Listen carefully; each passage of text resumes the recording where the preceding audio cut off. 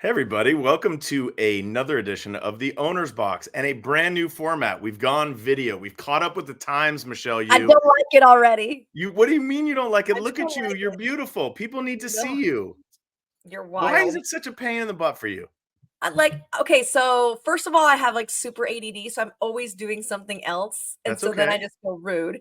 And then like I don't know, a lot of times I come from the farm and I'm like dirty and sweaty and like covered in horse poop, and now I feel like that's probably not going to be appropriate. I'm still wearing my pajamas, but I like think I'm that's not great. covered in horse I poop think today. this is real, and this is what people want to see. They want to see us talk. They want to see you use your hands. They want to see you get angry.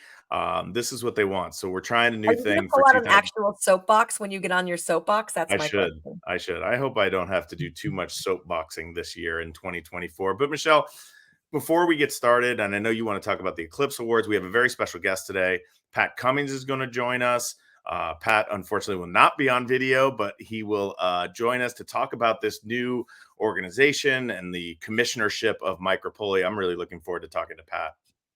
How about So you? also, I want to add in our new format that you've mentioned the video. We're still going to be owner concentric, but maybe stepping outside the box a little bit. Billy wants to be a more provocative, Is maybe that the word? and Provocative? provocative, yeah. And instead of just the always fun loving, happy go lucky content that we bring, Billy maybe wants to dive a little bit deeper into the I, things that are surrounding owners. I just think there's so much stuff out there that sometimes we've just glossed over. And listen, I don't want to become Mr. Controversial. I don't need to do that. I have no interest in being that. But when we see a disqualification at Aqueduct that we saw that was all over social media, I'd like to be able to talk about it. And I'd like to be able to have candid discussions with people who actually know what's going on.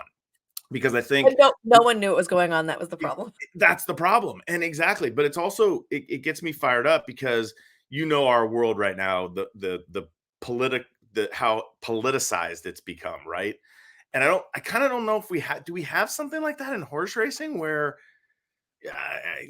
people just don't want to talk about it. You see this feud, this that, and that's one of the reasons we're going to talk to Pat Cummings, but Rapoli versus Ray Pollock, Pollock and and Drake. just just what's happening kind of in our industry. I saw a tweet from my friend Bill Starkey that it just says we don't have leadership in horse racing, and that's hard to, when you see that, you're kind of like, you think about it, you're like, well, maybe he's right. We have all these alphabet groups, but who's truly in power? Who is able to Well, make no one, decisions? because we're all our own individual entity. That's always been the problem with racing, is that we don't play nicely with each other, right? We don't want to give our tips and tricks and secrets to another track that might be able to leverage it against us and then take our horse population, right? Yeah. So it's like no one wants to work together. I mean, Right. the I mean, come with on. But HISA, it's Michelle, like, okay, all of a sudden we have to play by the same rules for the most part. right. But But you look at the successful organizations. Look at sporting organizations. Look at the NFL. You don't think there's competition between teams and how they go about their business, but at the same time, when they step on the field, they, like you just said, they have to play by similar But it's rules. I think that's yeah, but one of it's different in the NFL too. We only have these like 32 teams and they play the sure. set schedule, right? So it's no one's like fighting. They're not like, "Oh, no, I want you on this Thursday." And you're like, "Oh, well, I could go to you Thursday, but I also have this offer from NBC That's a on great Thursday." point. Like it's not the same. It's a It's a great completely point. And different when dynamic. and one of the things that, and we will talk about this down the road. I went to the graded stakes committee meeting. I was an observer on that. There was a lot of talk about that, and I'm not at liberty to really discuss how that all works, to be Well, honest with you. Billy, what good is it if you didn't I think if I you don't signed some kind discuss? of NDA, or I'm not really, but what Well, I that is can that is tell you, that is put on by Toba, right? yeah, it's Toba Create. Yes. Okay. I was an observer. I have to be an observer again next year. It was a little bit disheartening from someone from California, and that's what I'll say. And if you don't think that, even you saw the results and how many races were downgraded in California, that seems to be a trend, and it's not a great trend. And things, California is not in a great position. And that's another thing I actually want to talk to Pat Cummings about when he joins us is, how California stays afloat. I mean, Michelle, I'm in an allowance optional claiming race on Friday at Oaklawn, and I'm in for the 50, and I'm running for $142,000. Yeah. I mean, that's that's insane. I mean, that's crazy. That it's great. It's great for us. It's great for the people at Oaklawn. It's great for the people who run at Oaklawn, and congratulations to them. But how is California going to compete when we're running that same race for 67,000? You know, how is it? How is it possible? I mean, what's to stop an owner who has especially some dirt horses to say, well, I'm going to go over there. Yeah, it's going to be tougher. Sure. It's going to be a full field, but still 142,000 versus 67. It makes it difficult. Yep, I agree. And that's the And harsh reality. And that's the mhm. things that people those are the things that people really aren't talking about. That when you say I want to get on my soapbox more and talk more about stuff like that, I want to get people who are in the know. I want to have people from the Stronach group, people from Naira, people like Pat Cummings on the show to discuss some of these items that are really, really important to the future of horse racing. So Well, a lot of that's people have all these ideas or there's thoughts or there's like, this is what we have to do. But then I feel like there's never any movement on right, anything, right? right, right. I And mean, that's what we'll get that's to. what it comes down to is there's never any movement. Yeah, So I agree. I agree. I All don't right, know, and I don't know how to get movement. what is your you wanted to talk about your Oh, the Eclipse Eclipse Awards. Awards. So Yeah. yeah, instead of three things in note, just because I think that the Eclipse Awards are obviously up and coming, and it would take a long time to go through them. I just thought we would go through kind of like our selections. I didn't write it down. I wasn't prepared for this, but I can That's go fine. ahead. That's fine. So maybe it's just off the top of your head. So that Yeah, can be like a who really sticks out to the forefront for you then, right? it might be. Um, Yeah. okay, so 2-year-old boy, Well, it has to be the fierceness who won the right? Breeders' Cup Juvenile for Micropoli, ironically enough, right? Yes. And I also put Muth second, and then I Okay. put Big Evs third. Oh yeah, the Breeders' Cup Juvenile Turf Sprint winner, Sprint winner. Big Yeah. Evs. We like that horse a lot. Give that Um, horse. 2-year-old Go ahead. 2-year-old filly, I think is pretty locked up, right? That's Yes, just FYI. just There's FYI. Right, no, yeah. right. Yeah. Uh, 3-year-old male, I had a really hard time with, All right. Who actually. are your choices between Well, Ar- you could Ar- go Mage, you can Mage? go Arcangelo, Yep. you can go Rocket Ride, you Oh can go yeah. Arabian Night, Yep. you can go August Rodin. Mm. I mean, there's a lot of ways How do to we say go. his name? Is it August Rodin or Augusta? Is it Well, Augusta? it's August, right? Because it's not at the end, it's an E. Right, Augusta. Maybe the E is like a August. like a little. I I always love call the him the video because I Espresso could see your Dragon. face. Like Billy, shut up. Uh, I don't know. Don't make me laugh. That nice Ballydoyle horse. I have a So 3 month clock. who would you put as 3-year-old male? Wow. Without really looking at everything, probably Arcangelo. I mean, I put him 2. Probably. I just didn't love him, but he did win like 2 grade ones.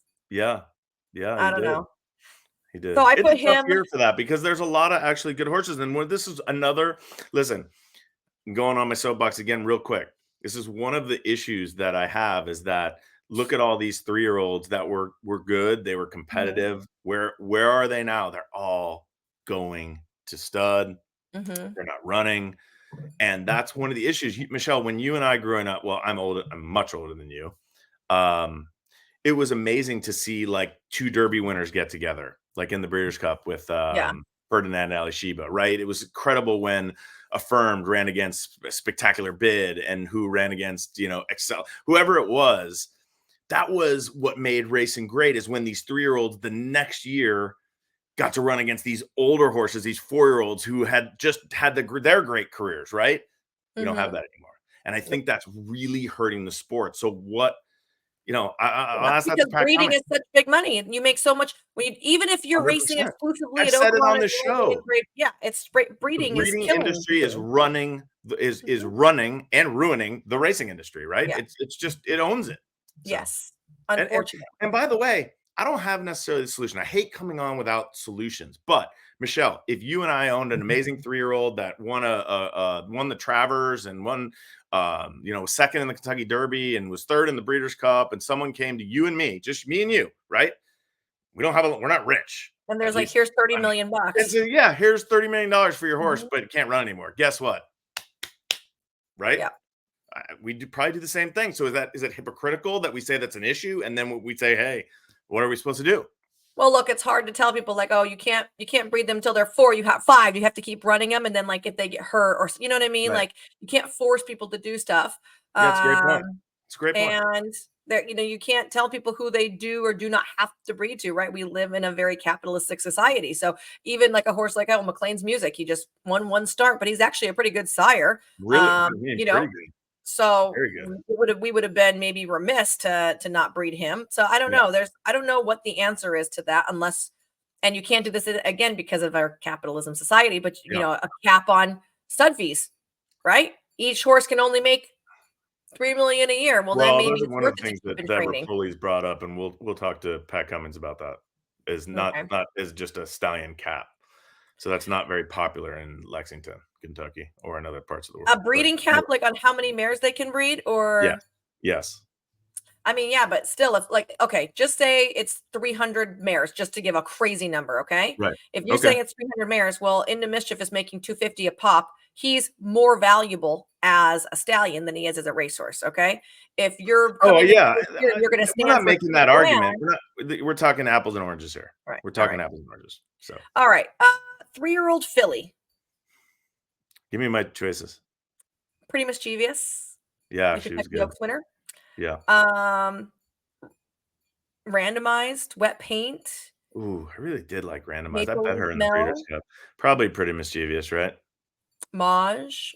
Yeah, I made it pretty mischievous because she did win a variety of distances, and I Yeah. felt like her cotillion was marred because of the track.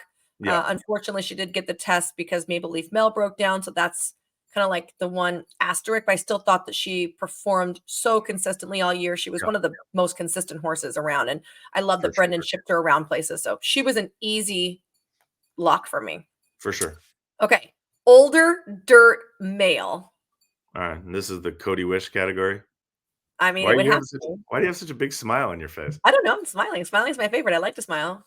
Who are my choices? Cody's Wish, Elite White Power, Abarrio. White Abarrio.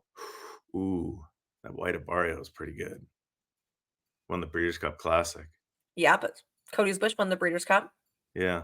I would probably say Cody's Wish, right? I mean, I put Cody's Wish. I think that a lot of people put White Abarrio because he won the Classic, and then but Cody's Wish, it would be I do easier like if White Cody's Wish Abarrio was like quite a a lot. true sprinter, you know what I mean? But Yeah. because He he's was a miler. not, he falls in this independent category where he then becomes to me an older male. Right. And I think his body of work was really good. Yeah, it was. They were all Okay. good. I mean, that's why it's the Clips Awards.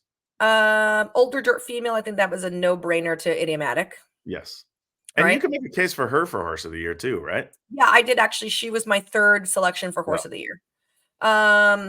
Female sprinter. Good Night I'm Owl. gonna be very controversial here, and I Oh, you actually really?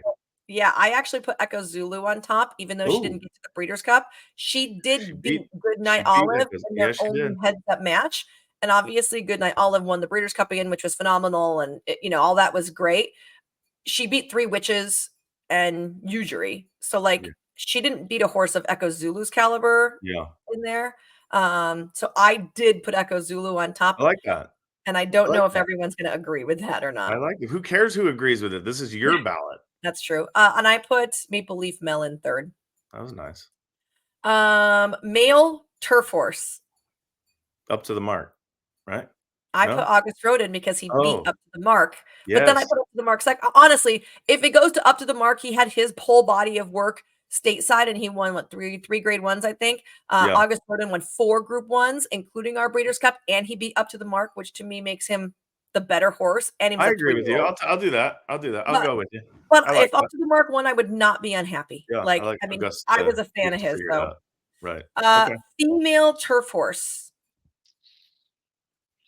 There's so many good ones. I don't know. Who give me the list. In Italian, In Italian, Warlike Goddess, Will of Goddess. Inspiral, I Maj, love Inspiral. I'm sorry. I think Inspiral is Anisette.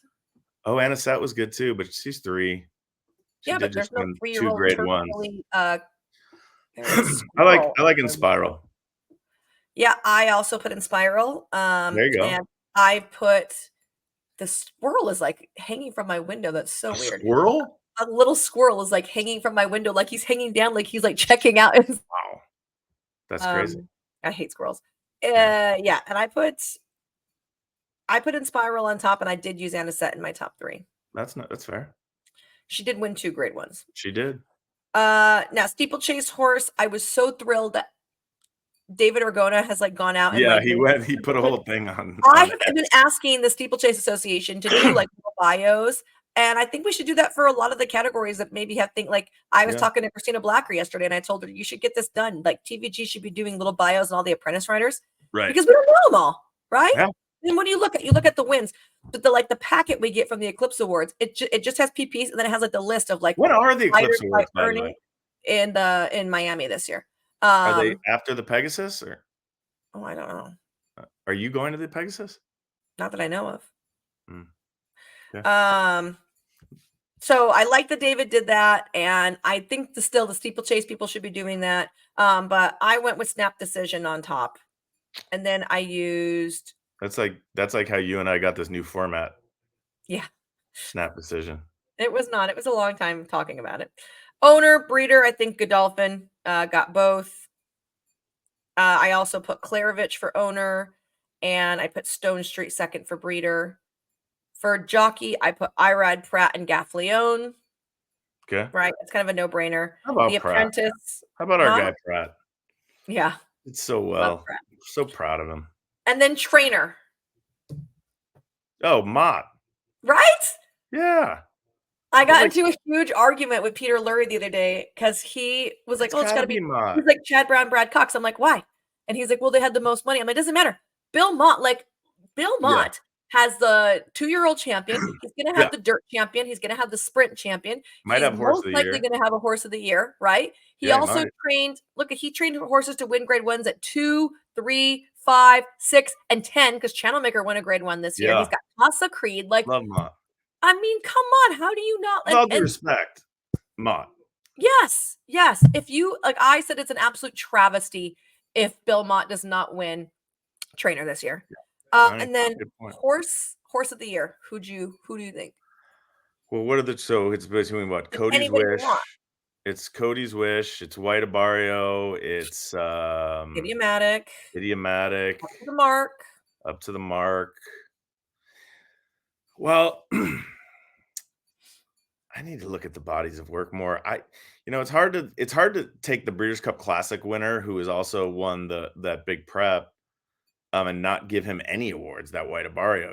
It's like I mean, maybe White yeah. Abarrio fits in the older dirt, and then you give Cody's Wish the, Horse of the Year, something like that. It just seems I like you're mean, doing a but disservice. wouldn't that be weird for him not to win older Yeah. male and then win horse of the year so that he doesn't get Yeah. any other accolades? I don't And you know, can't make him man. That's sprinter why I because don't Elite vote. Power was the clear sprinter. Elite Power, yeah, we had him too. He won the sprinter, right? He was the sprinter. Mhm. I don't know, man. Who'd you give it to? Who'd you give it I to? give I it to don't know. Cody's Wish. Cody's Wish? I give it to Cody's Wish. His overall body of work I thought was stronger than White He got beat, Abarrio. yeah, he got beat I once, mean, didn't he? yeah, by Yeah. White Abarrio, but going mile and an eighth, you know? Yeah. Like It's tough. I would struggle in both those categories with Cody's Wish and White Abarrio. I Cody's Wish. also put up to the mark and idiomatic. Yeah, that makes sense. Okay. So Fair those are enough. my tops. And we don't know when the Eclipse Awards are. Should I look it up? Sure. I mean, they're gonna be at the end of the month for sure. Well, the Pegasus is the 27th, I believe. So I would imagine that it's around that time. Oh, it's gotta be. Are you Googling? 25th. Yeah, the 25th. Oh, so it's gonna be before the Pegasus. Yeah, before the Pegasus. Okay. 25th.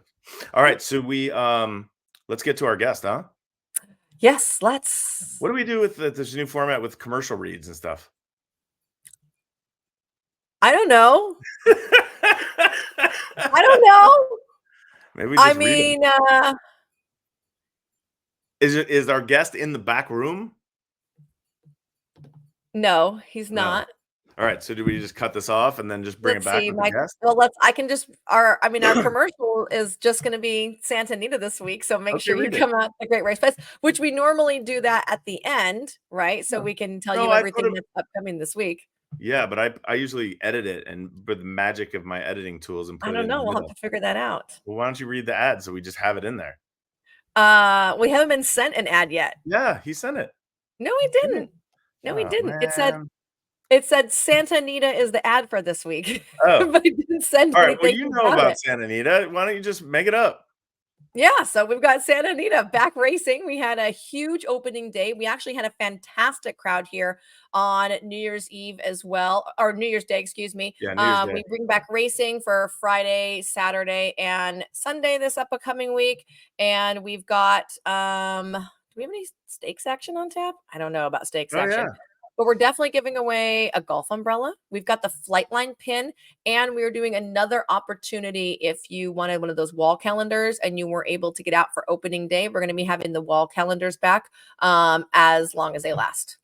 On Saturday, January 6th, we have the San Vicente Stakes, grade two, $200,000 for 3-year-olds at 7/8.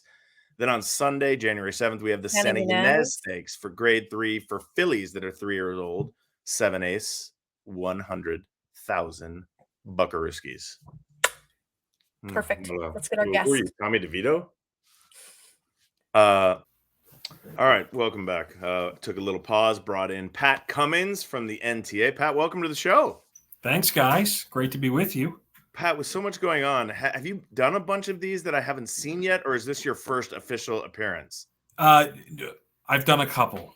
Okay. And interestingly, as we're recording this, I think the TDN, I just talked to the folks at the TDN, the fine folks over there, and it just dropped literally like Did you do the minutes ago. writer's room? So we're gonna be. I did. Okay. And you're gonna say the same. I thing did. you said there. Well, we're Well, gonna the have. good news is you can curse on our show. Yeah. Fuck that. That was at the top Really? of my list Right. of intended actions today. No. All right, let's talk a little bit about the NTA and it's how it's come to fruition. And I want to even go back to just say, you were on the Idea Foundation with Craig Bernick. You worked there for several years. I always thought those ideas that you brought forth were very interesting and thought provoking, but it didn't seem like it got anywhere. It doesn't seem like there was a lot of action. Would you agree with that? Is that fair? Yeah, it's tough to make change. Right. Mhm. Right. And how do you start a think tank in horse racing when one has never existed? What is that? What does that look like? And it was some agreement and some consensus 5.5 years ago of, okay, let's try to affect change in areas where people in the sport aren't changing. That's I like that. How do you do it? Yeah. Yeah, that's a great question. So, kind of naturally, I'm a writer. And so I thought, let's try and take some of these topics. We identified four main topics, four main areas of focus. One was pricing of wagers. Yep. And Very important. then transparency and integrity and rule making and harmonization and engaging customers better. So with that, we had product development, and then it was sort of access to information, data. Sure. And our thoughts were, like, everyone at the time was focused on LASIX, right? Yeah. The LASIX, or no LASIX, no whatever. Yeah. Whatever is right. And we're like, there are other issues here, and we needed to bring some oxygen to those. And I got, we took the general ideas and we wrote a white paper on a subtopic. So on the issue of pricing, we didn't just write pricing of wagers. That was the penny breakage. Right. We took another story and used it as a conduit to bring attention to the greater issue. So it was penny breakage, and then about transparency and rules harmonization and being better as a sport from an integrity standpoint. That got done. That got done. We got a law change. We got a law change. That was amazing.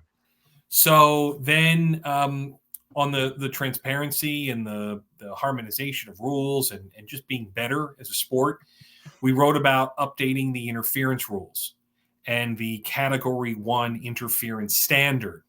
Can you just give us a brief overview of Category 1 versus Category 2 and where we stand stateside? And then Sure. we can just talk about what happened at Aqueduct. We can talk Let's about get to the point. That's what people want to hear. We can absolutely talk about that. Okay. I would say the category 2 standard, what we know today, is basically the stewards are asked if a horse was cost a placing as a result of interference. And if that interference led to the horse finishing farther behind than the stewards thought the horse would have finished, then you can swap the placings as a result. Sure. Okay. That often leads to some very unjust decisions, right? So you can, if we took category 2 rules as they exist today to their fullest kind of outrageous extent, if you said there's a 4-mile race and the horse that finishes 22nd, the stewards believe could have been 21st, but 3.5 miles prior to the finish, the winner brushed this horse that ended up finishing 22nd. And because of that interference a long way from the finish, we're going to make that demotion. The category 2 rules as it is, I mean, that's pretty much a letter of the law demotion. We don't have a lot of 4-mile races. We don't. No, we don't. He's giving you like an understand what he's doing, example. Michelle. I get it. I'm just saying, yeah. So okay. Just look to the Kentucky But it's all subjective. That's what you're saying. There's always subjectivity in the decisions the stewards make. It's just the degree to which they're interpreting the rule as it exists. So if the rule is, do I believe that this horse was cost the opportunity for a better placing? It doesn't say a better prize money placing, right, a better placing in the wagering payouts. It's just cost a placing. Yeah. And if that placing is 17th instead of 16th, then I could say, yes, this horse has been cost 16th placing. And as a result, I can make the change. And that is the decision that was affirmed in or upheld in the 2019 Kentucky Derby. Okay. Where long range Toddy's jockey John Court, 17th place finisher, claimed foul against the winner. So we overturned the result of the Kentucky Derby because the 17th place finisher could have been 16th in the eyes of the stewards. Interesting. And that horse was not getting any more prize money. It wasn't going to affect any wagers that was in the any reason capacity. It came down was long range Toddy. Interesting. So then what is category 1? Category 1 changes the rules, so it changes the consideration of what the stewards are looking at. So the question the stewards have to consider is, if the interference had not occurred, would the horse that did suffer interference, would that horse have finished ahead of the horse that caused the interference? So think of it this way. You've got 2 horses coming down the stretch. Yeah. And this one is it doesn't work well on the camera. It's this way. You got to go this way. Yeah. So the horse that's closing, or excuse me, the horse that may be fading is coming this way. And this horse is coming and is going to, and looks like that horse has the momentum, right? Yeah. And but is interfered with and is aggrieved. If the stewards believe that had that interference not occurred, that this horse was going to go past, if the stewards believe that, and that's subjective, right? I'm saying I'm just going to look at the race. I'm going to see how it goes, and say that horse. I think that horse was going by. Then the demotion can be made. But I feel like we have both of these things that you're saying right now, category 1 and category 2. We have inconsistency. Yeah. There's only one state in America that has category 1. That's Oklahoma. They have run hundreds of thoroughbred races over the last 16 months with it. And you have not missed the breaking news stories about how controversial thoroughbred racing in Oklahoma has gotten under category 1. We haven't. No. You haven't missed it. We haven't missed that, have we? Life has gone on. There have just been fewer demotions. There have been fewer changes in the results. They have changed the penalty structure for jockeys. And, I was told this story, and then it came out in a session at the Racing Symposium in Arizona this year, where one of the stewards were called one night, and somebody said, it was just a patron, a better horse player, whatever, calls them and says, "Hey guys, why did you not take that horse down?" And they said, "Well, sir, we've changed the rules, and, we now do it this way. And it's been a couple months now." He's like, so you're doing it like they do in England. I said, well, yes, they do operate with that same. I have no more questions. Have a nice day. And it Wow, was over. interesting. That's And he was, amazing. yeah. That's so cool. Now, and listen, this is all important because in your new role at the NTA, and we're gonna we got to get to that because I have so many questions. But we had this crazy DQ at Aqueduct last week, and that's what people. I mean, Like I 3 don't weeks. even. What'd you say? It was like 3 weeks ago now, wasn't it? I feel like it's still like lingering. Like, it's lingering, baby. It's lingering. Because I tell you what, Pat, you know me a little bit. Like I literally went on and I watched the head on. I watched anything I can find to try to figure out what actually happened. And I cannot figure it out. I was like, I wanted to try to take the view of why they DQ'd that horse. So I just concentrate on that They horse. screwed up. And I still couldn't do it. I'm with you. I don't know any group of 3 people who could have looked at that and come up with that same conclusion that Brick Ambush is the horse that should have been taken down there.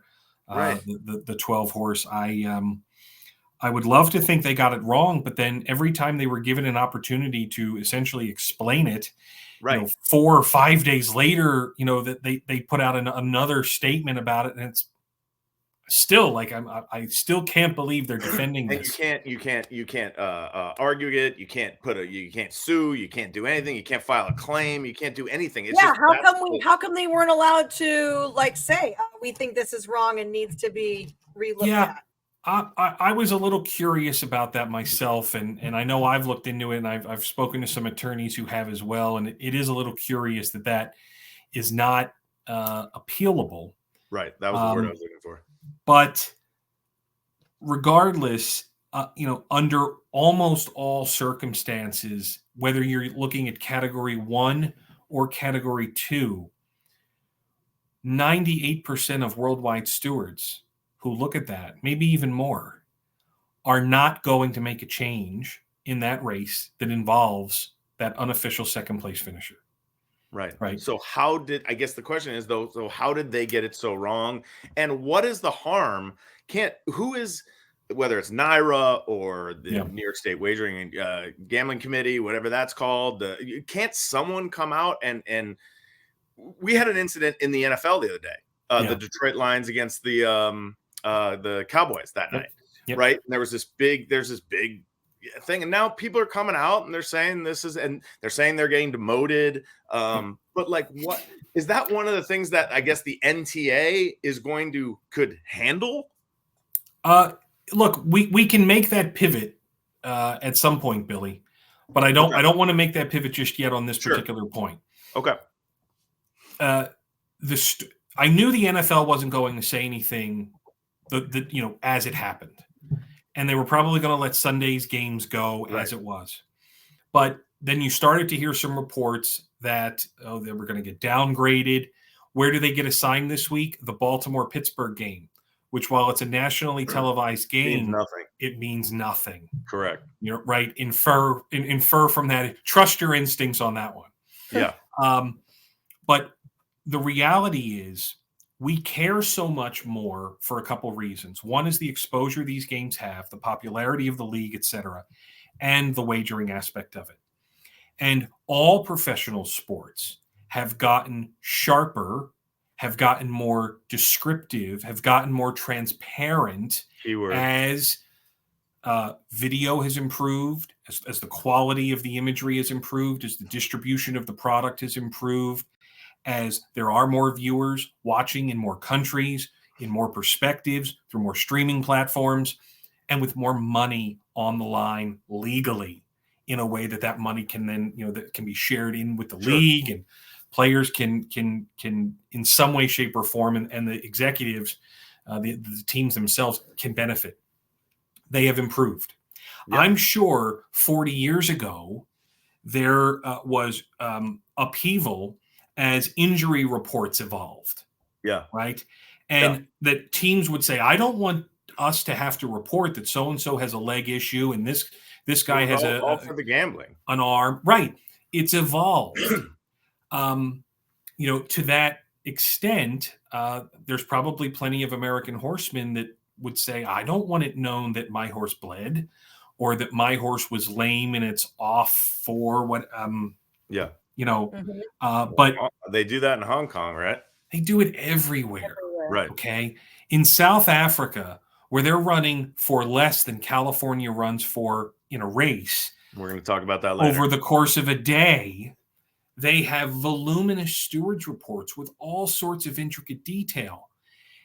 I was over there in South Right. Africa in August or July, and it was, they're doing some really top-notch things, from being open and transparent to customers.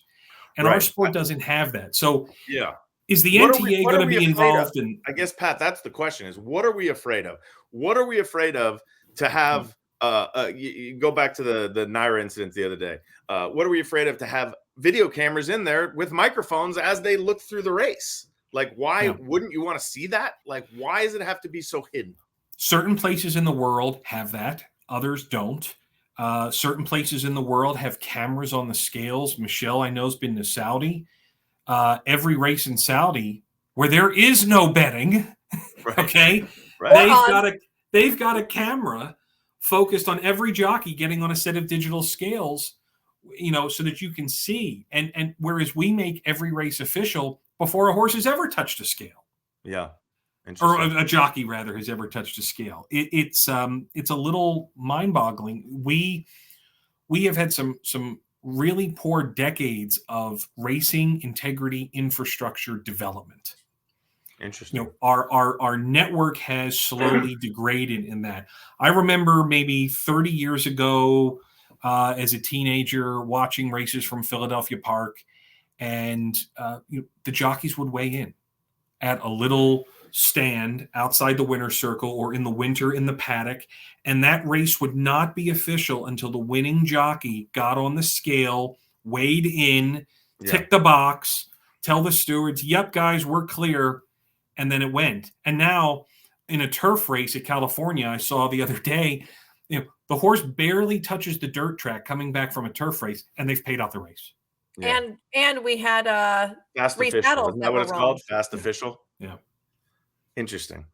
Well, listen, all of this is wild, and one Can of the I just, reasons that before we go ahead. jump into the whole NTA thing, Pat, I feel like, I followed you on social for a really long time. I feel like everybody trusts what you have to say. Like people come to you for clarification, and when you give your word or your description, I don't see everyone pushing back like, no, that's not right or anything.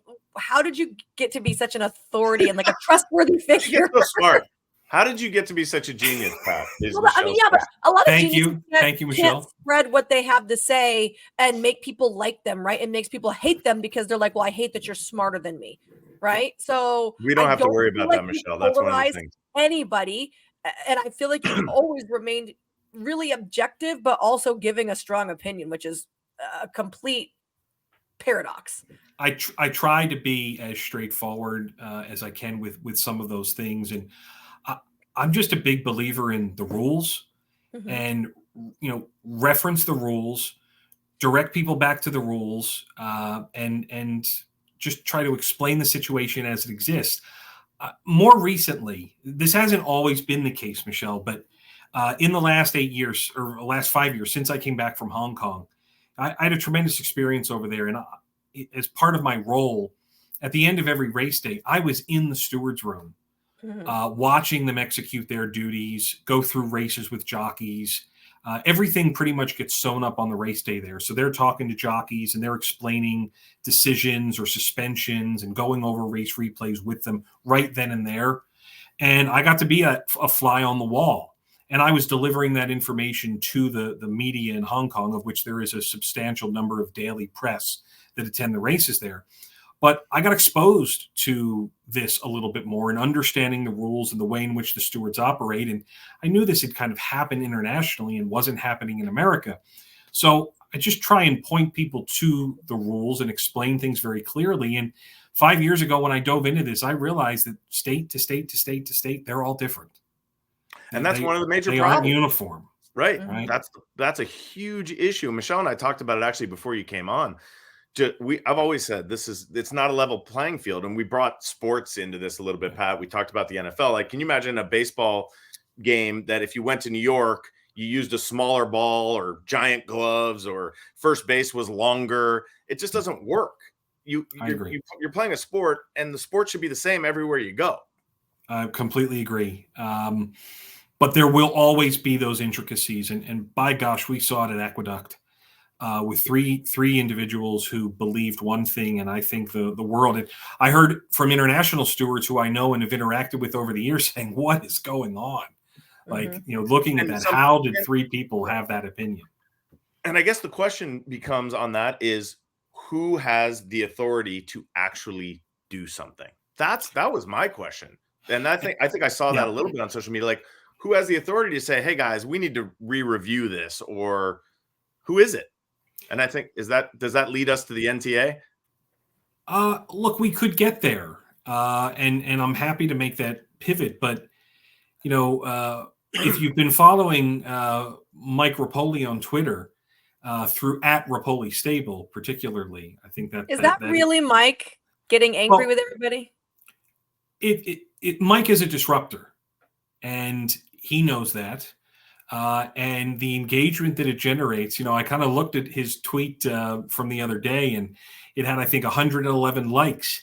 And it had 32,000 views. Yeah. And I thought, there's a whole lot more people engaging with this that aren't doing anything with it by liking it or retweeting it, or Sure. Right. but are sharing it and saying, maybe I don't agree with everything that's in here, but maybe I agree with this part or something in it. And it's not just one tweet. There's plenty of them that have been like that. But keep in mind that Mike wasn't really very active on Twitter individually through the Rapoli No. Stable account until very recently.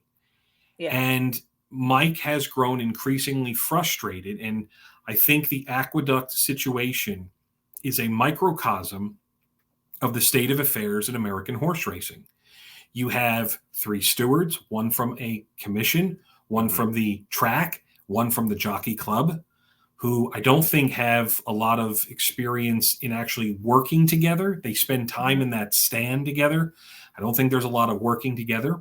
I think that a lot of stewards have, there are continuing education courses, but have we really been building up the oversight infrastructure in sport? Have we been building up racing officials with continuing education and helping them evolve and learn more and share experiences, not just across states and provinces, but across international borders and across oceans, to enliven the lives and enrich the experience of the people that are working in the sport?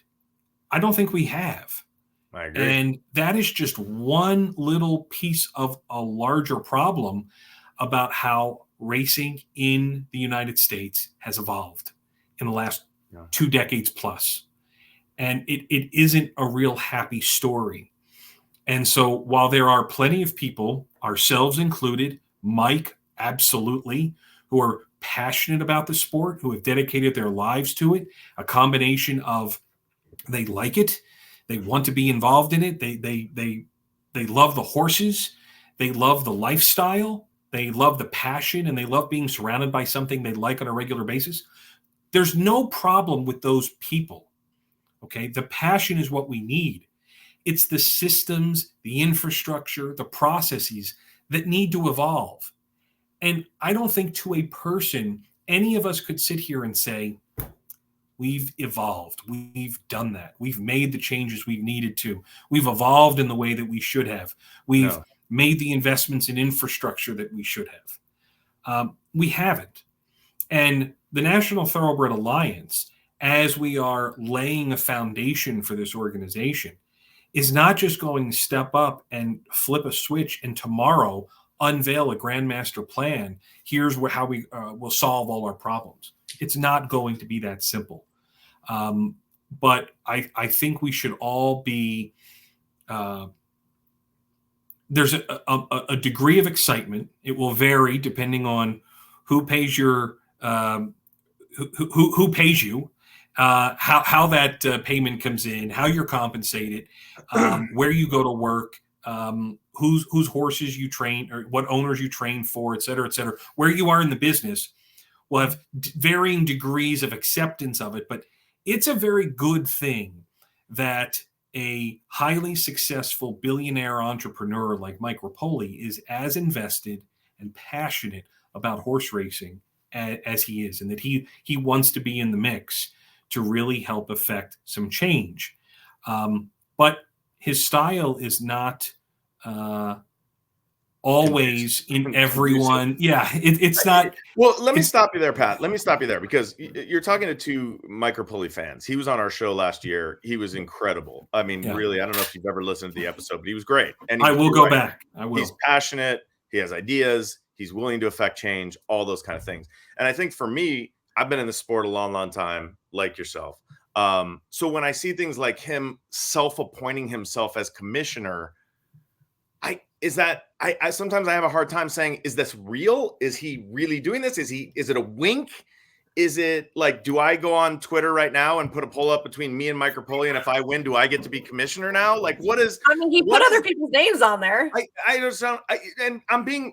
Listen, I'm winking, but I'm being honest here. I'm being actually. I want to know the truth. Like, what is happening? I think you can interpret it in a lot of different ways based on your own individual position. But there is something to be said for the fact that Mike can go on and say that and put that up. And some people will essentially salute and say, yes, Commissioner, sir, thank you. And others people laugh it off, and others say, what a joke, and this is ridiculous. It's engagement. I didn't say any of those things, by the way. No, I'm sure there are people who are saying it. Some who are totally on board. But what does it say about our sport that Mike could so easily do that? And that we want someone. We want someone to lead us. We're longing for leadership. It reminds me of that scene in the movie The American President. Mm-hmm. I don't know if you recall it, but basically Michael J. Fox's character, he's working for the president of the United States, and he goes on this soliloquy about leadership. Incredible. And the concept is that, people are so thirsty for leadership, they'll crawl through the desert in search of an oasis. And when they get to that oasis and they find no water, they'll drink the sand. That is how thirsty they are.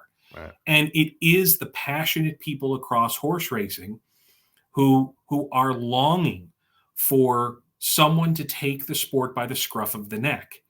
It's not going to happen overnight. Change is not going to come easily. I alluded to this in some other remarks recently, where I said that we've had some great conversations with people across racing in the last 2 months. Some of them are my own individual ones, some are Mike's individuals, some of them have been together, and we exchange notes routinely about these conversations. And what it sort of comes down to is that there are so many things we all agree on. Yeah. Right. Start with those. Right. So there's for 90% of the people, we will agree on 90% of the problems and 90% of the solutions. But when you talk to person A about a key issue in their silo or space, they become directly, they shut down. Right. They become self-serving. Can't do it. Selfish, can't do that. Exactly. Because no one wants to give a little bit. They can't give. It's greed. And it's the race that no one ever wins or loses. And so when you are dealt a loss so frequently in this business, far more than ordinary team sports or athletics, right? When you lose as much as people in horse racing lose on a regular basis, you fight like heck outside the rails to claim any sort of victory you can, even if it's just a moral victory of, oh, I told Rapoli where to go with that, or yeah, Mike, you go get him. I don't care what he's saying. I'm with you. It becomes this battle outside of the rails. When if you're winning, say, only 20% of the time, you're losing 80% of the time. Man, you're doing great, right? 80% losses in this sport are wonderful. Right.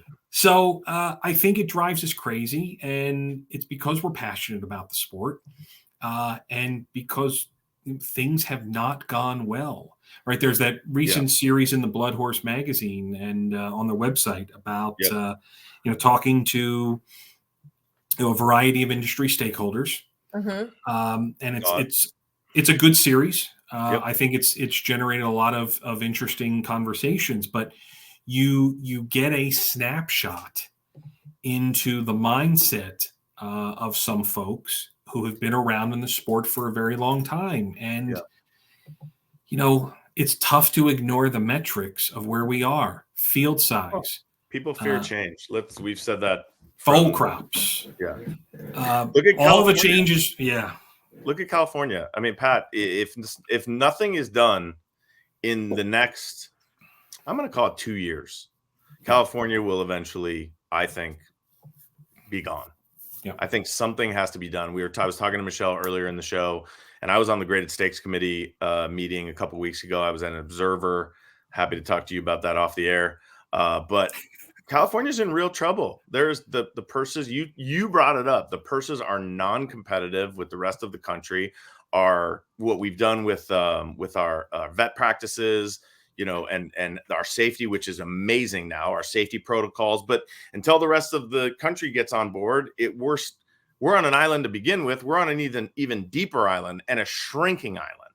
So I hope, and I'm not asking you for solutions right now, but I hope in the future in this NTA that you take a look, because Californians, we're very strong at the sales. We have amazing horsemen out here, whether it's Baffert and Sadler and Mark Glad and Phil D'Amato and Mike McCarthy. And then it goes on with these hugely successful trainers and barns, but we are struggling. And if you can't see that, and you know that the industry isn't out there helping, then that's an issue. And I know that's my box, but it's an important box. You have some amazing racetracks. Amazing racetracks. I'm sorry for not saying that.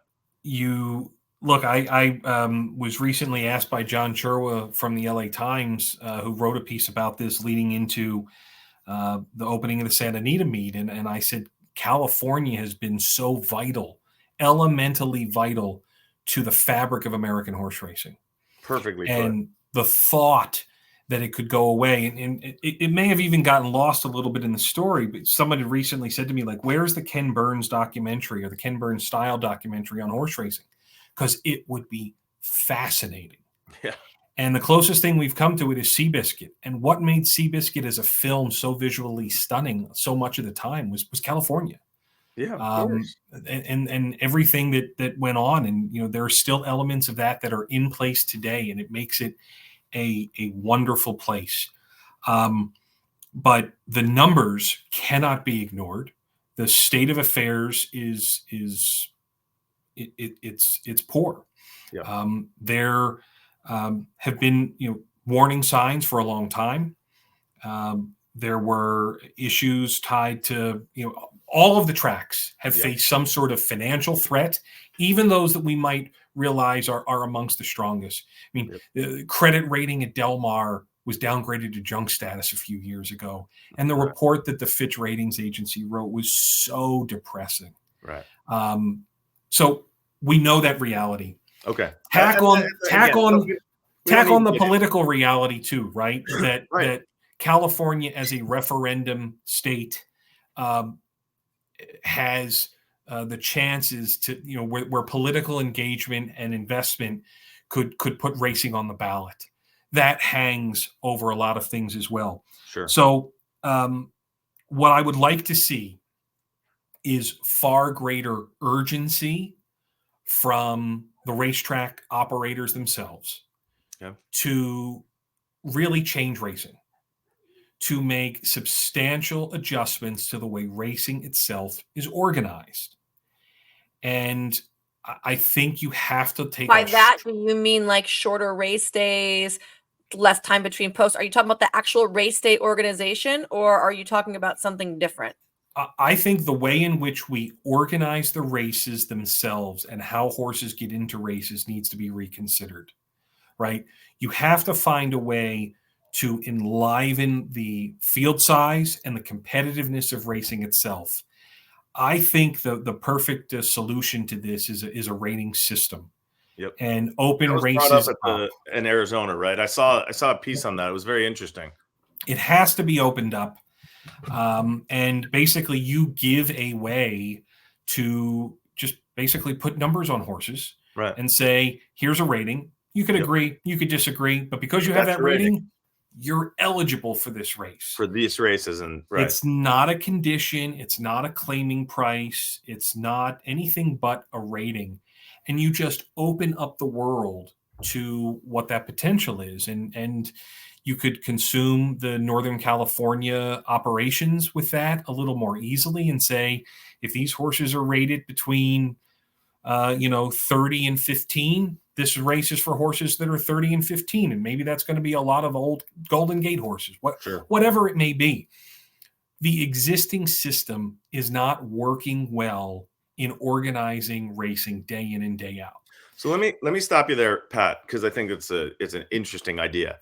When an idea happens like that you just brought up, and I know we're going way over the time estimated, but this is completely enjoyable and interesting to us, and I'm sure our audience. So we really appreciate you coming on. How does an idea like that become shape reality? In reality? Yeah, that's my question. Who do I go? Who do I go to? I run a lot of horses. Do I go to Josh Rubenstein? Let's talk specifics. Do I go to Aiden at Santa Anita? Like what happens? Realistically, TOC?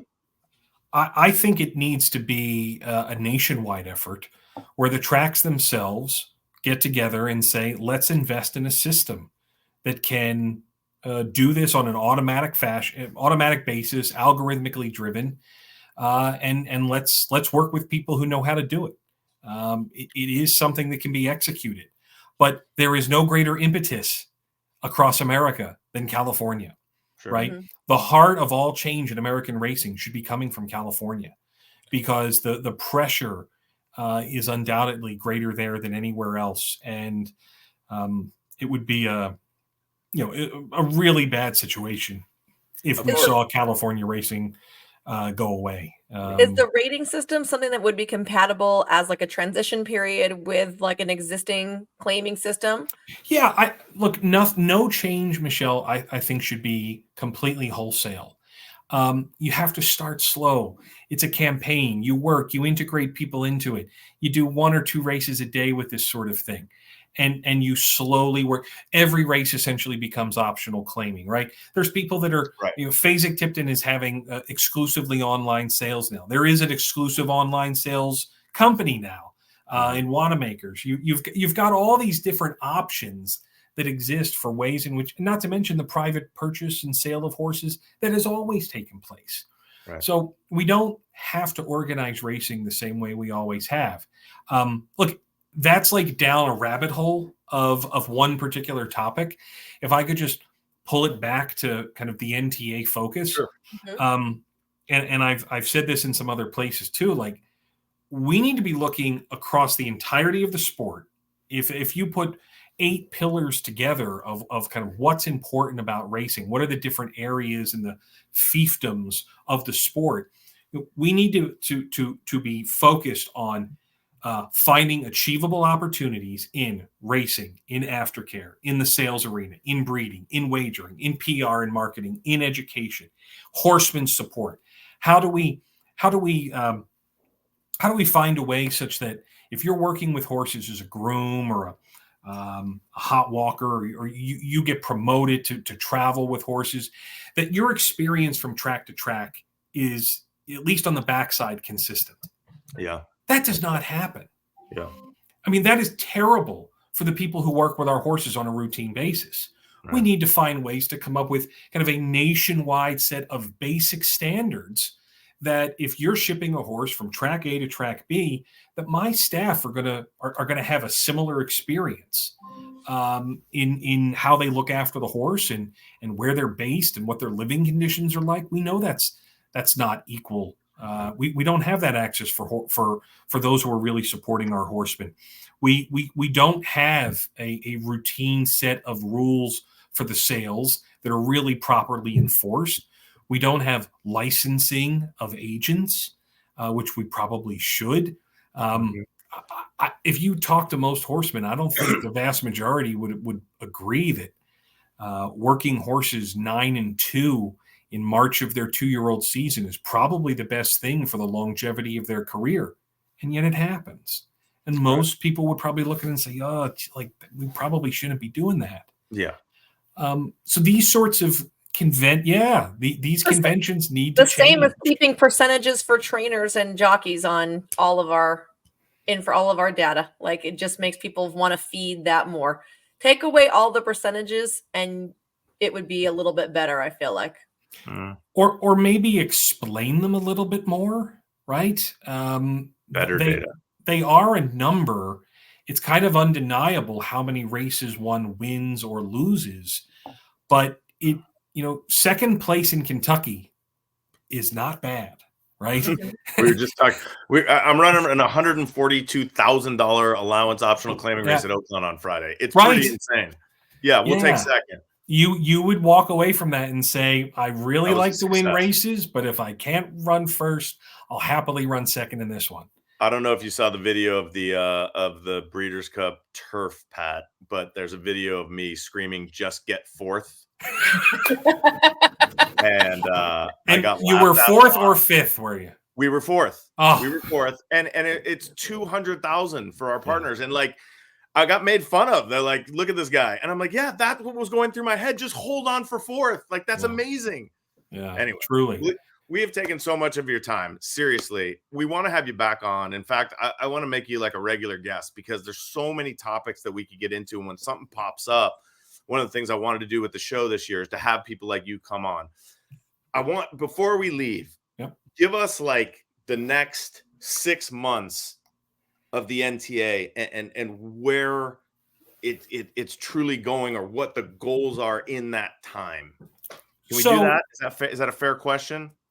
It's a fair question. My answer might not be fair. Okay.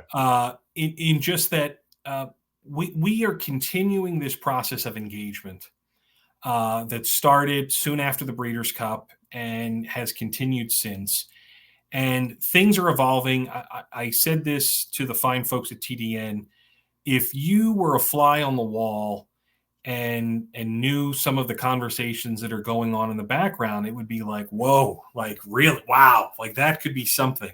Good. So there's a lot of exciting things that are getting discussed. And, while again, the style at which Mike has maybe engaged some people and some topics on Twitter doesn't necessarily resonate well with everyone, by gosh, we have gotten some things stirred up. And the conversations that are being had in at least the last 6 years of my life in American racing, I have not heard them or seen them to the degree at which they have gotten most recently. So this is having an effect and a positive effect. We're still working, like I said, on structure. The foundation is being laid. The bricks aren't being built, if you will. Yeah. And we don't know how big that concrete pad, so to speak, is going to be, but we're working on that. And that's a work in progress. So for that reason, I'd be more than happy to come back as we'd like you to come change. back and do updates. I think this is a good forum for it. Michelle and I are so passionate about the game, and especially we're both in California, so we understand the urgency and what needs to be done. And I look forward to seeing more stuff, and I hope people do take it. I think what Michelle was saying earlier about people taking you seriously, that was a great hire for Mike, because they do. And maybe Mike's brash, impetuous, these sometimes crazy tweets, at least you can balance them and hopefully look. I think the bottom line is we're all saying the same thing. Something needs to change. Something needs to happen. And at least, at the very least, whether it's right way or the wrong way, Mike Rapoli is doing something about it. Yeah, I feel very confident that things are moving in the right direction. It doesn't always feel that way, right? Particularly if we spend too much time doom scrolling. Yes. But doom scrolling is bad. I do feel like we are headed in that right path. And not just because I find myself in the middle of it, but the conversations are real. Good. And they're different. And I would like to hope, part of the reason I took this role is because I really feel like it needs to be different. Absolutely. We're ready for that difference in American horse racing, and we want it to be there, and we want it to be as sustainable as it can, not just for the fine folks in California like yourselves, but for everybody in this country, and the effect that we have on the world of racing. Sure. It is substantial. So there's a lot there to offer. Yeah, no, it's been fantastic. How was our interview compared to the TDN writers room? Because we're very, Well, very they interrupted a lot less than you do. We do? Is that what happens? You do What I do? I interrupt? Yeah, all the probably. time. Well, I had to deal with Zoe, Michelle. So, Oh, you know, please. Did you I happen to know. see the picture of Burt Reynolds on her piano? No, I did not. No, those guys are great, and you know when it's Bill and Randy and Zoe, you get a little bit of everything, right? Yeah. They're coming at it from different perspectives, and I do appreciate that. And look, I think we're just getting started here, so I'm excited about it. I hope it's going to be a productive 2024, so that we can have a better 2025. And onward, and look forward to seeing you guys at the races. Absolutely. Thank you, Pat. Thanks, Appreciate it. guys. All right, man. Take it easy. Good luck with everything. That's Thanks. Pat Cummings here on the Owner's Box. Michelle, I mean, I was one of our longest interviews ever. I thought there was a ton of information. I could have gone through like a gazillion other questions too. No, me too. I just didn't want him to go on too long. I know he just did the writer's room too, so we'll have to get this up quickly so people can hear our thoughts.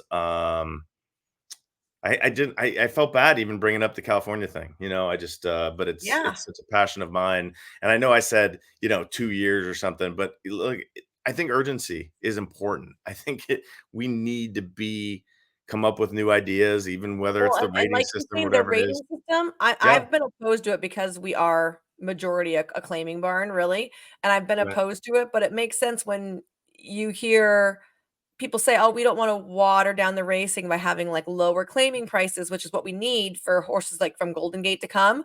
We really do need some more conditions, but if you make it a rating system, then there's no like set price. So, well, there's so many things you could do. You could do the rating system with like he said, an optional claiming tag.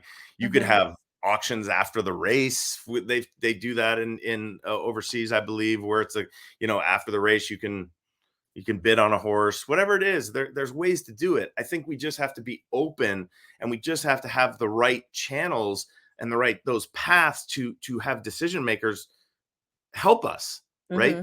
Because that's where the question, to me, that's the hardest part, is that you have, with all due respect to Del Mar, they're a great meet. They have that 8 weeks, and they're very comfortable down there, right? We've said this before, and I'll say it again, but they're not going to be so comfortable if there's no Santa Anita, or if there's no Los Al, or however that's going to work. Like, it ain't going to be as comfortable as that little 8-week meet is. So everyone's got to get on the same page, especially in California. What was that face for? I missed it. My old light just went and fell. All right, everybody. Thank you so much for listening and watching today. We really appreciate it. If you have any questions, email us, billy@littleredfeather.com. Michelle is at the Michelle U on Twitter, at BKLRF on Twitter, or X, as we should say. Hopefully you'll like the new brand. You'll like seeing Michelle. I know you won't like seeing me, but we'll keep it fun. I can't wait to put my hair in a ponytail. Thanks to Pat Cummings for coming on today. I thought that was very, very just incredibly interesting, and I hope everybody appreciated it. Michelle, leave your hair down. It's amazing. We'll see you next week. But I like to have it up. I can't on the Owner's Box. Goodbye, everybody. Bye.